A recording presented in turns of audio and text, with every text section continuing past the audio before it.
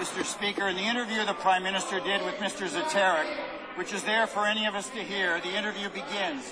Mr. Zeterik, I mean, there was an insurance policy for $1 million. Do you know anything about that? The Prime Minister, I don't know the details. I know that there were discussions. This is not for publication. These are the Prime Minister's own words. I don't know the details. I know that there were discussions. This is not for publication. If he didn't know anything, why didn't he say insurance policy? What insurance policy? I don't know anything about an insurance policy. Why, Mr. Speaker?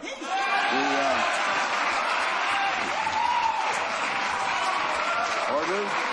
The Honourable Parliamentary Secretary to the Minister of Public Works. Order. I would cite to my colleague an interview, in fact, with Chuck Cadman with Mike Duff. You know, there are children in the room. You're scaring the children. Just calm down and listen to the answer.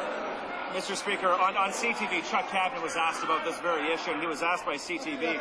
He said Conservatives were prepared to offer you an unopposed nomination if you would vote with them, and also help with the campaign financing and so on. Was an actual offer ever made? Cadman, well, there was some talk about that as far as an unopposed nomination. You know, the discussions did come up. So they were making you an offer to you, and in the end you refused. Yes, well, that was the only offer on anything that I had from anybody. The Honourable Member for York Centre. Mr. Speaker, the interview goes on. The Prime Minister, I don't know the details, he says again. I can tell you that I had told the individuals, I mean, they wanted to do it, but I told them they were wasting their time. I said, Chuck had made up his mind, unquote. The Prime Minister's own words. He didn't say, no, don't do it. He didn't say, no, that would be wrong. He didn't stop them. His own words there for any of us to hear.